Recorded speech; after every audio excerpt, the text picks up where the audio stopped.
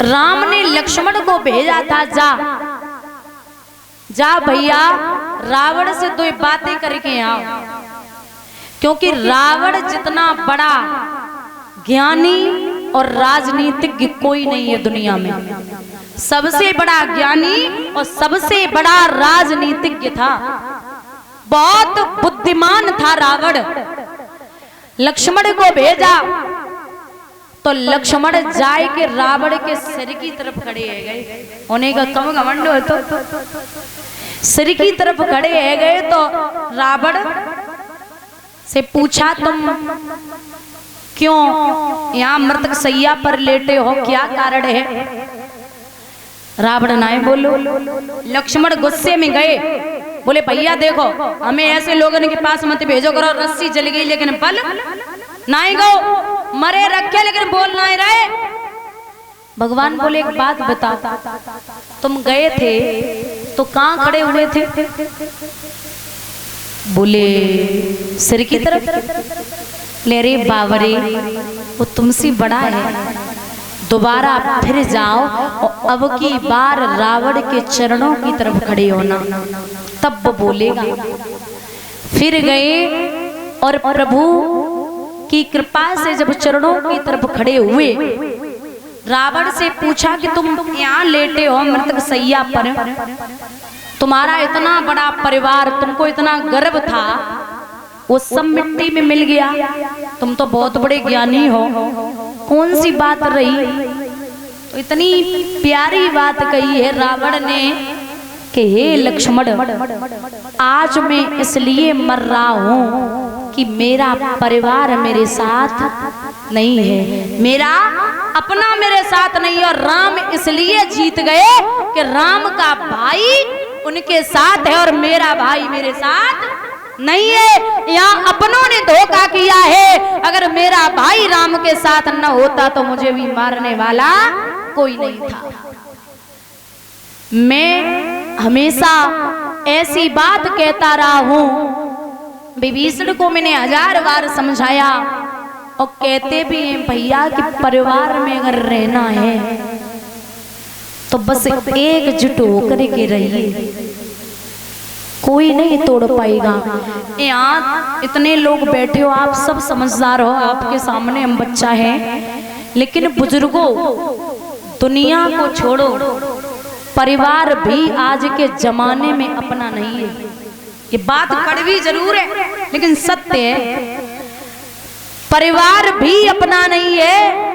अभी इस गांव में 100 घर है और 100 घरों में लाइट नहीं है, और एक घर का आदमी कहीं से सौर ऊर्जा ला के एक बल्ब जला ले तो वो 100 ये नहीं कहते कि लाओ हम यही काम कर ले, हम मेहनत करके एक बल्ब दरवाजे पे जला ले। वो क्या सोचते पता, भगवान कौन सो दिन है ये याद ना जाको बल्ब फूटेगो, रोशनी घर की चली जाएगी। ये कभी नहीं सोचते कि मैं मेहनत करूं और मेरा इतना बड़ा काम हो, नाम हो। तुमने एक चीज देखी हुई है, जैसे गांव में हाथी आए, हाथी तो बुजुर्ग कहते हैं जैसे बच्चों से कि काम करो, जे हाथी ना आए गणेश जी हैं इनके पांव छुओ, इन्हें प्रणाम करो, ऐसा ही होता परीक्षित। लेकिन जब हाथी आता है तो कुत्तों की भीड़ की कमी नहीं होती, कुत्तों की भीड़ बराबर होती है और बहुत बुरी तरीके से भौंकते। वो कुत्ते हाथी पे नहीं भौंकते, ये आपकी गलतफहमी है। वो कुत्ते हाथी पे नहीं भौंकते, वो कुत्ते उन पे भौंकते हैं जो उनके सामने हाथ जोड़े खड़े हैं। बोलते मैं 24 घंटे तुम्हारे गांव में रहते, तुमने हमारी पूजा कबूल नहीं करी, और ये एक दिन के लिए क्या गया, तुम तो शुरू हो गए। लिखा है जिसके करोड़ों लाखों हाथ जोड़ने वाले होंगे, पैर छूने वाले होंगे, उसके कम से कम 5000 आदमी बुराई करने वाले जरूर होंगे, क्योंकि जो उठता है उसे गिरने में लाखों की कोशिश होती है। जैसे एक मेढक 100 मेढक एक पहाड़ी पे चढ़ रहे हो बराबर, और पहाड़ी इतनी ऊंची है, जैसे एक गिरो 2 गिरे, 3 गिरे, 50 गिरे, 75 गिरे, 80 गिरे, 99 मेढक नीचे आ गए। अब बचा कितना? एक मेढक लगातार चढ़ता जा रहा, लगातार। नीचे वाले चिल्ला रहे भैया नीचे आ जा, अगर गिर पड़ो ना तो हाथ पैर टूट जाए, नीचे आ जा। लेकिन वो नहीं सुन रहा, चढ़ता चला जा रहा। नीचे वाले मेढक कह रहे भैया जब हम ही ना बची तो तुम कैसे बच जाओ, और ज्यादा ऊपर से गिरोगे तो हड्डी पसली नहीं मिलेगी, चढ़ो।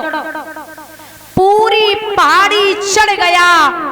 अंत में जब पहाड़ी पूरी चढ़ चुका तो नीचे वाले बड़े बेचैन हैं। श्रोताओं, वो पहाड़ी पता है क्यों चढ़ गया?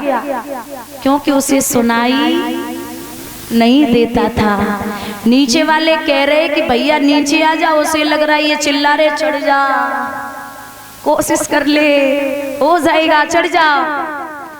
तो कहते जब भी आप शुभ काम करो, शुभ कार्य करो, या कहीं आपका नाम हो जाए और बुराई करने वाले सामने आए तो बस कानों पे हाथ रखिए, एक तरीके से बहरे बन जाइए। कानों पे हाथ रखिए और आगे बढ़ते जाइए, तभी काम पूर्ण होगा, वरना रुकावटों की कमी नहीं है। बोलिए गोविंद भगवान की। आज भैया श्री सुखदेव भगवान बोले हैं राजन परीक्षित,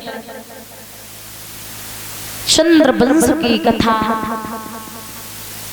श्रवण कराते हैं। बोले ब्रह्मा के पुत्र हुए अत्रि।